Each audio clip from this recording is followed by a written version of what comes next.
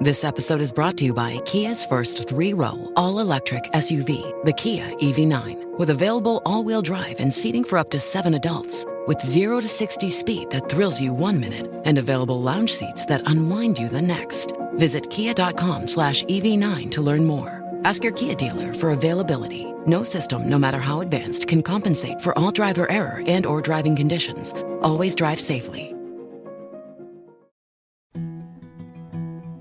A science story, huh? These NYU scientists, I felt right. I was so And I just thought, well, I had figured it out. It was that golden moment. Because science was on my side.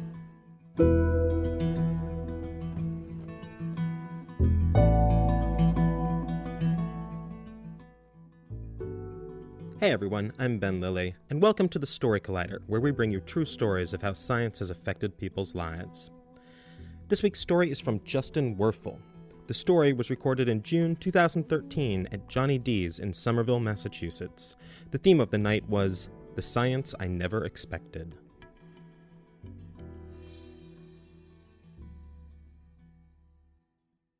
Being a scientist means that I get excited about stupid things. Like the fact that my business cards say scientist. Like the fact that my institute issued me 3 lab coats with my name printed in the collar. I work in front of a computer, but I get official lab coats? That's awesome. You know I'm going to find a reason to wear that. It gets cold in the office sometimes. Most of my work is in robotics, in coming up with ways to get large numbers of independent robots to do things you want together, which is how I ended up in Namibia, obviously. No, it's because a lot of this kind of work in swarm robotics is inspired by social insects, by things like ants and bees, where you've got thousands or millions of independent agents. Each one is capable of not very much on its own, but together they can do amazing things. They're the most successful insects on the planet. And we want to try to figure out how to harness some of that power. One kind of social insect that doesn't get a lot of love is the termite. Around here, of course, termites are mostly known for destroying buildings, but some kinds of termites on other continents are known for building. They make these enormous, complicated mounds that can be several meters tall with all kinds of complicated architecture, which shows that large numbers of independent agents can build large-scale complicated things, which is great because it means that we can legitimately ask, how could we get robots to build that way for us? I mean, not specifically to build us termite mounds, because we've got about as many of those as we need, but to build us houses, right, or skyscrapers, or anything we want. So that's been a major research topic for a number of years, and we found ways of making it happen in the lab. But the details of what our robots do are not very much like the details of what real termites do. And one of the reasons for that is that no one actually knows very much about the details of what real termites do. So when we showed our work to a biologist who specializes in termite mounds, and he said, oh, this is really interesting. You know, we should find a way to work together. And the first step in that is you guys need to come visit my research site in Namibia and study mound-building termites. This was the best thing ever. Really. Work wants to send me to Africa to study termites. Holy crap. You don't get to do this sort of thing very much when you work on robots. So I and my friend and colleague Kirsten went off to Africa to pretend to be field biologists. And this was really a fascinating kind of experience for a couple of researchers whose previous experience with bugs had, really been limited to the software variety. Our first step in preparing for the trip was to look up Namibia on a map. Turns out it's next to South Africa. Great. That was easy. We're off to a fantastic start. If the whole trip goes this smoothly, it's going to be a cinch. Now, let me be clear. We knew that we didn't know what we were doing. Okay. We had certain experiments in mind that we were hoping to try, but we didn't exactly expect them to work. We were more sort of going to find out why they wouldn't work, so that when we went back the following year with a bigger expedition and really counted on collecting good data, we'd have a basis for doing that. But despite the knowledge that we were going not so much necessarily to do things as to find out how to do things, still in the back of my mind was this idea that we were going to go there, collect all the data we needed, and be finished. And I think part of that attitude might have come from my training in physics. Okay, I was a physics major as an undergrad, and I switched fields in grad school, but I joined a lab full of physicists. And part of the culture of physics is the idea that you should be able to walk into any situation you have never encountered before and just solve it from first principles. Physics is the incredible Hulk of the sciences. It's no accident that Bruce Banner was a physicist. You know, you think you've got a difficult problem that you can't get to the other side of? Physics smash! That's where all the power is, you know? And so we're just going to go to Africa in 1 week, do our experiments, and figure out what termites are doing. No problem. So we set off on what turned out to be a roughly 48-hour journey to get from Boston to the Omatjeni Research Station. We land in Windhoek. We're driving up basically the main highway in the country, and there's giraffes just wandering along next to the highway. Welcome to Africa. We finally get to the research station, and the house that we're supposed to stay in, which had been renovated in the last year, turned out to have been broken into, and all of the fixtures stolen, the water taps and so on, because of their valuable metal. Again, welcome to Africa, as one of the locals said to us. We stayed instead in a less maintained house that was made out of dirt and insects. Let me digress for a minute here to tell you about the insects in Namibia, which came at a scale that I have never imagined outside of, like, paleontology books. For instance, there were crickets. Okay, you know crickets, right? Imagine a cricket. Okay, in Namibia they have what they call commando crickets. You can pretty much fit one into one hand, but you might want to use both. You will need both hands for the dung beetles. And it wasn't just the insects, other arthropods as well. Our first night there, we'd been traveling for 2 full days. We're finally settling in, getting ready to sleep. And Kirsten walks into the room I'm staying in with her hair visibly standing on end, and the following happens verbatim. She says, "I will give you $20 if you get this spider out of my room."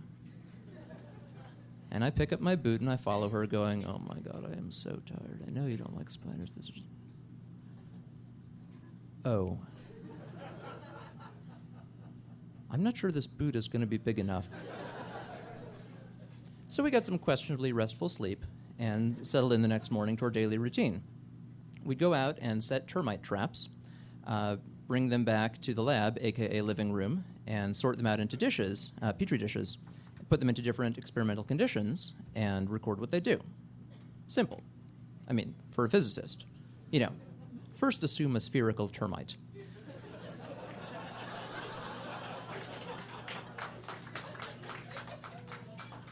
But that approach turns out not to work so cleanly in biology. Because it turns out that termites are animals. Yeah, I mean, who knew, right? And as animals, they have their own plans, which rarely coincide with ours. I'll give you just one example. So there was a protocol that our biologist host showed us. He showed us how to do this. It worked fine. He'd done it any number of times. You take fluorescent paint and you put little dabs of it on the abdomens of a bunch of termites, put them in a dish in a dark room with an ultraviolet light. The paint lights up and you can see exactly where the termites are. Great. Okay, so I'm interested in the position and orientation of the heads, which on the scale of a termite can be significantly different from that of the abdomen. So I said, okay, no problem, I'll just put the drops of paint on the heads. Well, first of all, the termites that you want to paint are running around in the dish at top speed all of the time. The abdomen turns out to be a sort of a trailing target that you can hit fairly easily, but the head is much more wiggly and unpredictable. And the head has antennae, which the termite is waving around all of the time. And if at any instant one of the antennae brushes against the drop of paint, it's glued to the termite's head. And a termite with an antenna glued to its head just has no attention left for anything else. You have broken that termite. So it's the question of getting enough practice at putting these drops of paint on these tiny, fast-moving heads protected by these sort of antenna force fields. Fortunately, I play video games. And I get through like 200 of these in a series of dishes. I'm finally finished. I turn back to the first dish. There's no paint on these termites. What the hell? There's some paint on these termites. I look at the most recent dishes. The termites are drinking the paint off each other's heads. This never happened with the abdomens.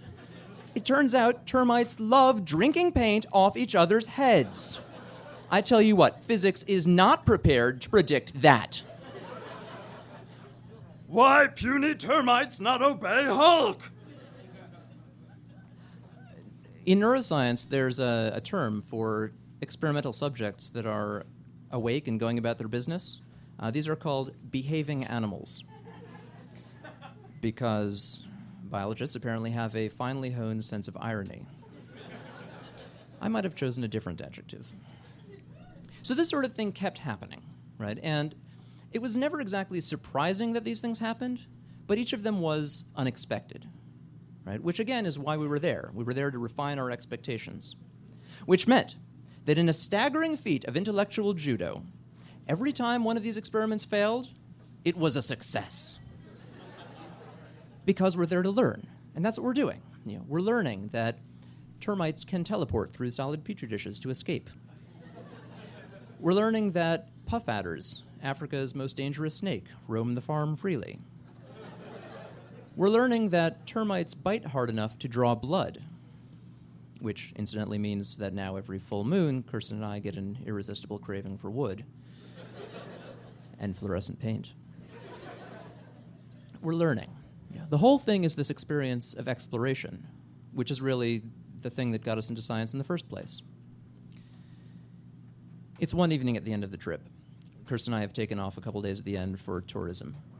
We are on Namibia's famous red sand dunes. The sun is going down. The wind is rippling the dune grass. We can see for miles across broad plains to where distant mountains are slowly becoming suffused with deepening crimson. It is a gorgeous landscape, a gorgeous sunset. And oblivious to it all, Kirsten and I are down on our hands and knees in the sand trying to photograph a pair of fighting ants. I mean, we're aware that there's a sunset going on because the light for our photography is fading. Kirsten points out the situation and says, "What is wrong with us?" We're scientists, which means we get excited about stupid things. Thank you.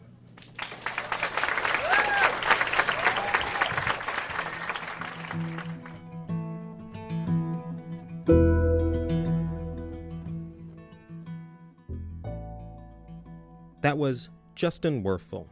Justin is a research scientist at Harvard's Weiss Institute for Biologically Inspired Engineering. He received his PhD at MIT and did postdoctoral work at Harvard and the New England Complex Systems Institute. He works on topics including swarm robotics, evolutionary theory, DNA self-assembly, and cancer modeling.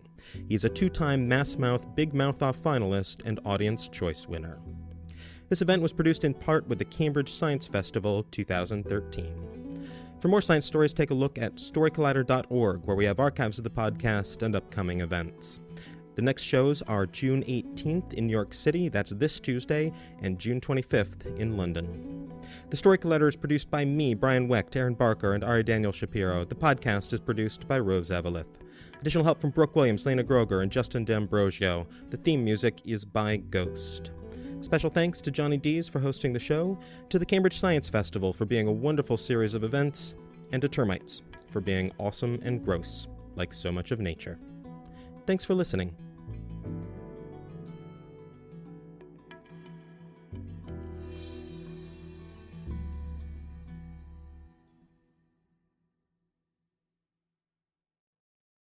So, you've got an idea for a business.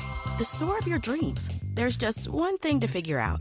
Everything. That's why Shopify's all-in-one commerce platform makes it easy to sell online, in person, and everywhere else. Sell on social media, source products with an app to get that first sale feeling. It's the only solution that gives you everything you need to sell everywhere you want. So when you're ready to bring your idea to life, power it up with Shopify. Sign up for a $1 per month trial period at shopify.com/listen.